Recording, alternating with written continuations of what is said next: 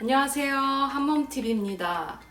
여러분들께 오늘 말씀드리고자 하는 아이템은 바로 이 에어프라이어입니다. 에어프라이어 요즘 많이들 쓰시잖아요. 저도 1년 전쯤에 에어프라이어 구입해서 지금까지 꽤 잘 쓰고 있습니다. 기름을 적게 해서 바삭한 식감을 즐길 수 있는 굉장히 큰 장점이 있는 가전제품이잖아요.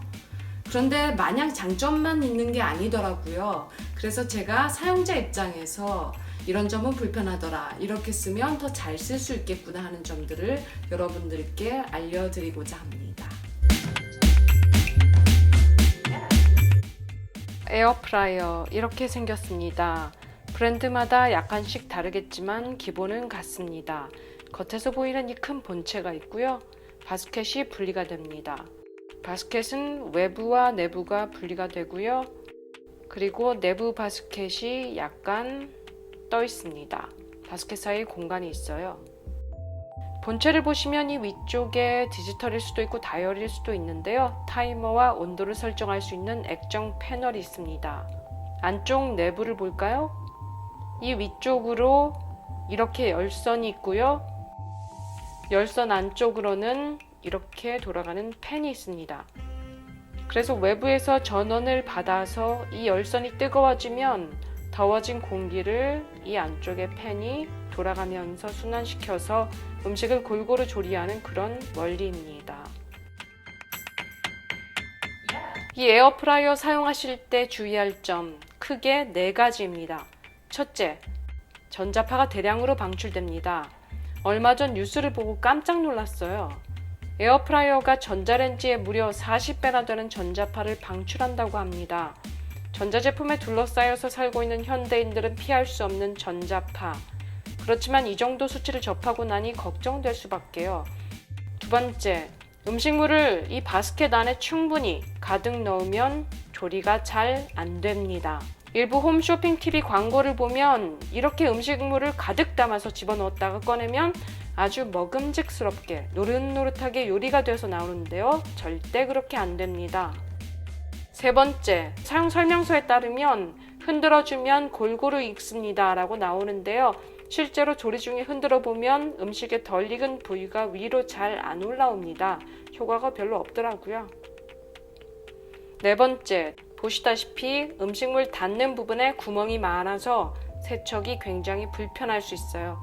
음식을 직접 팬에 넣었을 때 들러붙어서 잘 안 떨어질 수 있고요. 들러붙은 음식물 세척이 안 쉽더라고요. 물에 오래 불린 다음에도 수세미로 힘줘서 닦아야지 겨우 떨어지고 내부 바스켓 코팅도 조금씩 벗겨지더라고요. 그리고 들러붙고 세척이 어렵고 코팅이 잘 벗겨지기 때문에 음식물이 닿는 팬의 재질이 안전한가 하는 의문도 있습니다. 내부 바스켓 들어보시면 아시겠지만 무게가 가볍고요. 분명히 주물이나 스텐이 아닙니다. 코팅도 생각보다 오래 가지 않아요. 고민되시죠? 그렇다고 에어프라이어 사용하시지 말라는 건 아닙니다. 기름을 거의 안 쓰고 바삭한 음식을 쉽고 빠르게 먹을 수 있다는 분명한 장점이 있기 때문에 이 에어프라이어를 다음과 같이 활용하시면 좀 더 안전하고 편리하고 더 광범위하게 사용하실 수 있습니다. 가보실까요? 첫 번째, 전자파의 대량 방출 위험이 있기 때문에 조리 도중에 반드시 에어프라이어에서 충분한 거리를 두세요. 두 번째, 음식물을 이렇게 겹겹이 쌓지 마시고요. 최대한 넓게 한 층으로 펼쳐 넣으세요. 세 번째, 종이 호일을 사용하세요. 음식을 직접 팬에 넣었을 때 들러붙고 세척이 불편하고 팬 재질의 안전성이 걱정이 될 수 있는데요. 쉬운 해결책이 바로 이 종이 호일.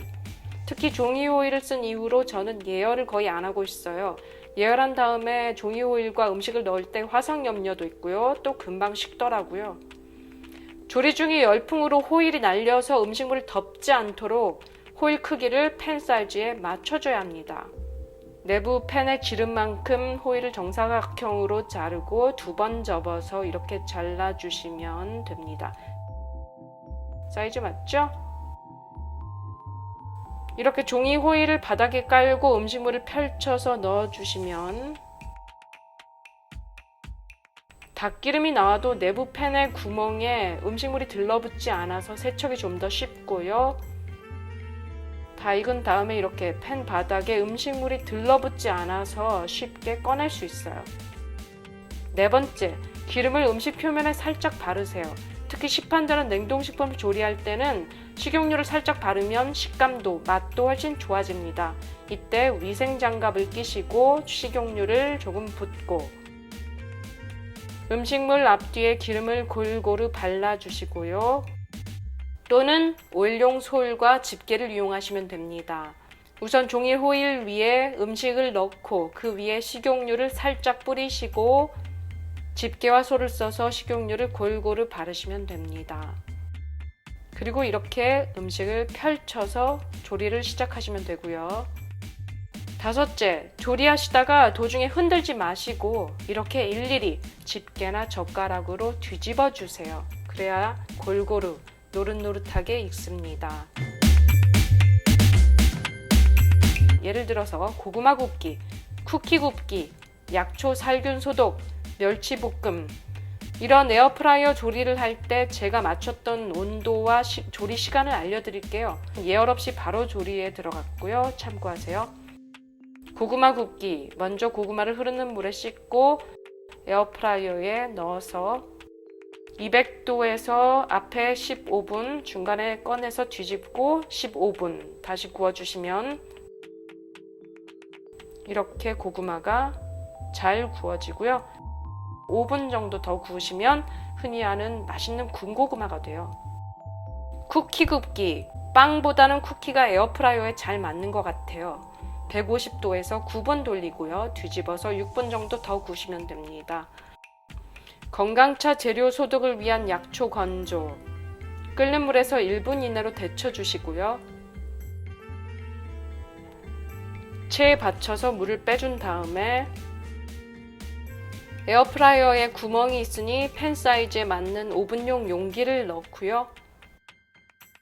손으로 약초를 한 층으로 펼쳐서 넣고요. 180도 오븐을 돌립니다. 다 되면 꺼내서 집게로 뒤집고 다시 3분 정도 건조를 시킵니다. 이렇게 살균 소독된 약초를 차로 끓이시면 됩니다. 민들레 뿌리 말고도 감초, 칡, 둥글레 다 비슷하고요. 그리고 멸치 반찬하기 전에 멸치를 건조시키면 눅눅하지 않고 씹는 맛이 좋은 멸치 반찬을 만들 수 있는데요.